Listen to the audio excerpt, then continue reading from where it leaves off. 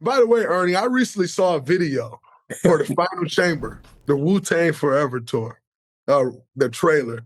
How did Wu-Tang recruit you and get you narrating that video? That is amazing. And that was totally out of the blue, Gray. It was my my agent, Bobby Height, with the Career Sports and Entertainment (CSE) in Atlanta.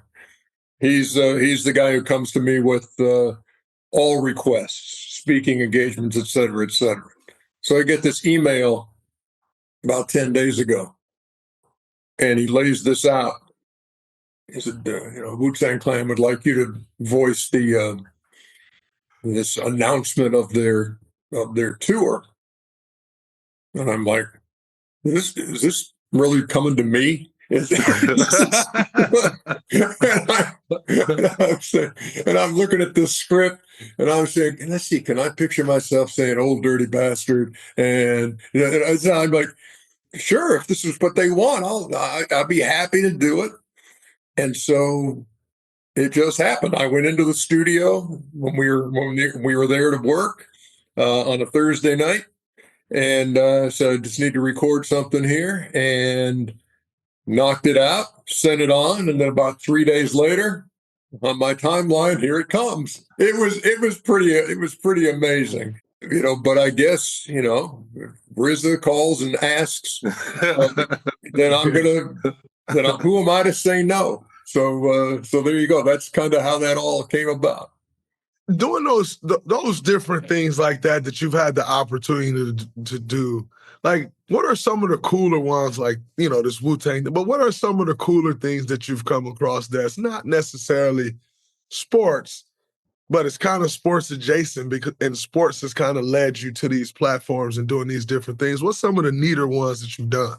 Well, I mean, one of the things is, I've been doing the NBA 2K for years and years with Kenny and Shaq, which after a while, then you come to understand that that's how, like a lot of the younger viewers, that's how they know you.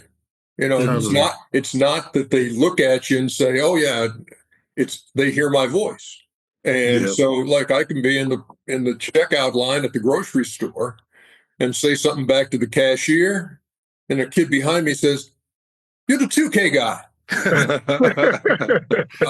said, "Yeah, I'm one of the 2K guys." So it's been fun to do that and to see how that all works. It's kind of a drain on your brain by the end of the day, because you've just been sitting there for hours and just a lot of times saying the same thing in different ways, and then when they put you in the mocap suit and it's the whole bit. So that's been a lot of fun to do because of my longevity in this business. I mean, I've been at Turner for 35 years. The thing that I enjoy the most is telling my family's story. I mean, I speak to corporations all the time about the things outside of basketball, the things in my life that matter, the things that I've learned by going through adversity, et cetera. And I really enjoy that so much. Just being able to share to prove to folks, look, yeah, NBA on TNT, that's what I do, but it's not who I am. And so I relish the opportunities to be able to talk to folks about getting through cancer, adoption, special needs kids, you name it.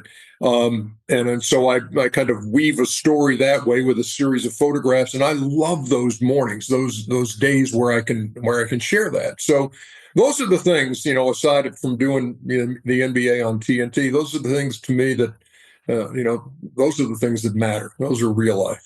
Ernie, can you explain to people a day?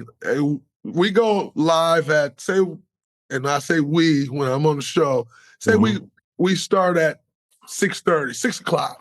We'll say we go live at 6 o'clock, 7 o'clock. Can you explain to people what your day is like when you arrive at Studio J on campus, and then what you're doing preparing for a day? Because I don't think people really truly understand everything that you do. Like they see you obviously be the point guard and orchestrate. But they don't know everything you do. Can you explain a day to us of a 7 o'clock start time that's not ending until 1:30 in the morning? Can you explain a day of Ernie Johnson to myself and the fans who love the show? This answer may bore some folks. They may say, hey, clip that piece of that Draymond and BD podcast where Ernie's talking about his preparation, because I need that for like a sleep meditation tonight. But here's the deal. It's like on those game days, so say the pregame show's on at 7 o'clock. I'm in there between 10 and 11 in the morning, because I've also got to do the Steam Room podcast with Charles, which is available wherever you get your podcasts. And I think in a way I'm like you guys. You think about in the course of an NBA season or in the course of your basketball careers, you can become a creature of habit.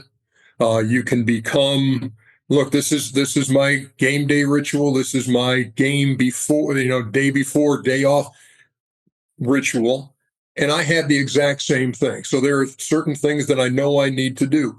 And the thing to remember about it is that my preparation for that night show has been going on all week. I keep a daily log of every game played in the league. Wow.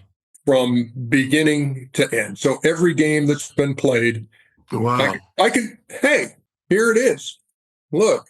So this is, let's see.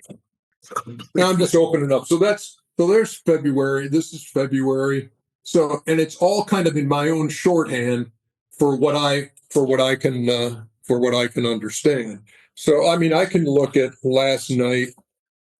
I can look at last night's Golden State game, because I go through the box scores every night. Mm-hmm. And so Buddy Hield had, so it was 119. Well, the Charlotte game was 119-101. Made Golden State 33-28. It was the Hornets' seventh straight loss. Buddy Hield had 22, Curry 21 and 10 assists, Podziemski 19, Dre had 16, 12 and 7, Butler had 13. They never trailed and led by 19. 35 and 9 for Miles Bridges on the other side. But it's those details on every game that is played. Because then I can, then when I see teams playing again, I can refer back to that day. Okay, here's what happened in that game. So that's one of the things I do on a daily basis. And then keeping these files on every team. So here's tomorrow night, because Golden State and Brooklyn are playing tomorrow night. That's one of 6 games on the schedule. Neither of them play tonight. So I can get through. I've got this as the Golden State Brooklyn breakdown. And I update those team profiles every day. So with the That's Warriors, amazing. So your last post was the 23 Western Conference semis, knocked out in the play-in at 24, 22 champs over Boston 4-2.